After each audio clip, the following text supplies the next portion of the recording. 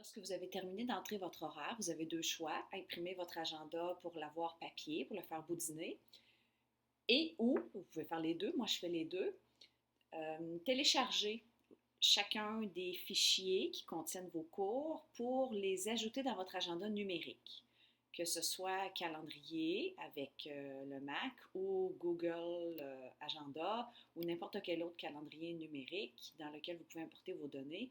Vous pouvez avoir votre agenda qui vous suit, donc vous allez avoir votre horaire, vous allez avoir le calendrier scolaire, vous allez avoir tout à votre portée. Pour ça, là, on est dans la page ici de l'horaire. On va descendre jusqu'en bas, puis on va exporter pour iCal, pour un calendrier numérique. Donc, quand je clique ici, on me demande d'entrer les heures des périodes. Il faut vraiment que j'entre les bonnes heures, parce que si je veux avoir les bonnes heures dans mon calendrier numérique, mais il faut que ce soit bien entré ici. Mon premier cours, mettons qu'il commence à 9h15, je vais écrire 9h15, puis je vais écrire la durée. Je n'ai pas besoin d'écrire à quelle heure il se termine, parce que je vais écrire combien de temps il dure, donc ça va se faire automatiquement. Disons que c'est des cours de 75 minutes, je mets 75. J'avais mis un petit bloc ici. J'ai un bloc là que j'ai ajouté, mon bloc de surveillance. C'est pour ça que on m'indique ici que j'ai un bloc. Fait que mon bloc, mettons qu'il commence à, bon, là, il faudrait que ça ait du sens ce que j'écris, là, 60 minutes, ça serait 10h15, 10h30. Donc, disons que mon bloc il commence à 10h30. Si je ne fais pas bien mes calculs ici, là, il va y avoir une confusion quand je vais importer mes cours. C'est vraiment important de l'éviter. C'est plus difficile de revenir en arrière après. Fait qu'on prend le temps de s'assurer que c'est bien fait. Disons que ma récréation, c'était comme un bloc de récréation que ça durait 10 minutes, donc jusqu'à 10h40. Mon cours suivant, logiquement, serait à 10h40. Puis, mettons qu'il dure 75 minutes aussi. Mon dîner, donc je vais tout compléter ça ici. Puis quand je vais avoir complété toutes mes heures, là, je vais écrire un peu n'importe quoi, là, juste pour que ça aille vite. Disons que j'ai une heure de dîner de 60 minutes. Je ne pense pas que ça fitte mes heures, là. Après ça, 13 heures, durée de 75 minutes. Puis ici, ce serait 14h15, durée de 75 minutes. Donc là, j'aurai tous mes cours. Ça, c'est optionnel, là. Sinon, si je veux choisir, ben, je prendrai Canada, mais c'est optionnel. Moi, je préfère rien mettre comme ça. Il n'y a pas d'erreur. Enregistrer, ça s'enregistre automatiquement tout seul, mais je le fais au cas. Puis là, ce qu'on me dit, c'est que c'est conseillé de créer un nouveau calendrier.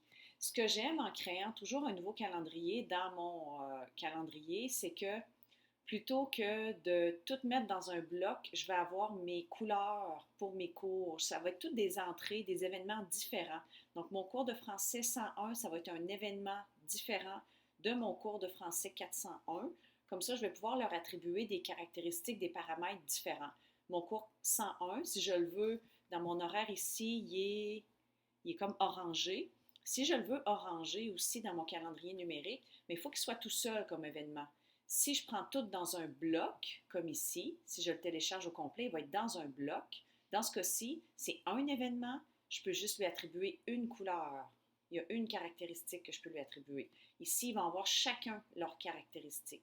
Donc, moi, je prends toujours ça. Je prends celui-là tout seul. Quand vient le temps de vouloir, là, ça crée mon calendrier ici, là. Moi, quand je télécharge, j'ai fait en sorte que dans mon ordi, ça s'en va directement sur mon bureau, mais peut-être que vous, ça va aller dans vos téléchargements. C'est ce fichier-là que je vais aller ajouter à mon agenda. Donc, je vais télécharger tous mes fichiers individuellement. Puis une fois qu'ils sont tous téléchargés, ils vont être dans mes téléchargements. Ils vont être ici. Ils sont à quelque part, là. Il faudrait que je les trouve, mais ils sont dans mes téléchargements. Moi, ils s'en vont directement sur mon bureau, comme je le disais tantôt, mais je pense qu'ils je ne suis pas sûre, mais je pense qu'ils sont aussi dans les téléchargements. Mais vous, si vous n'avez rien configuré, ils vont aller directement dans vos téléchargements. Puis après ça, c'est ces fichiers-là que je vais ajouter à mon agenda. Je vais aussi avoir les dates les jours de cycle, donc je vais aussi télécharger celui-là. Je veux avoir mon bloc. J'avais un bloc de surveillance, là, le petit bloc que j'ai ajouté ici, je le veux. Donc, je vais le télécharger aussi. Puis, je veux avoir mon dîner. Je vais le télécharger aussi. Là, c'est 1, 2, 3, 4, 5, 6, 7 fichiers que je vais pouvoir ajouter à mon agenda numérique. Comme ça, ces 7 fichiers-là vont fonctionner indépendamment. Je vais pouvoir leur donner chacun une couleur. Puis, s'il y en a un qui change, bien, j'ai juste à en changer un. Je n'ai pas changé l'agenda au complet. Comme ça, je suis capable d'avoir toujours mon agenda sur par exemple, moi je l'ai sur mon iPhone, puis je l'ai dans mon Google Agenda sur mon Mac, dans mon Google Agenda sur mon iPhone. Avant, je prenais calendrier, je l'aimais beaucoup aussi. Là, on fonctionne avec le Google Agenda, donc je le prends, puis je l'aime beaucoup aussi.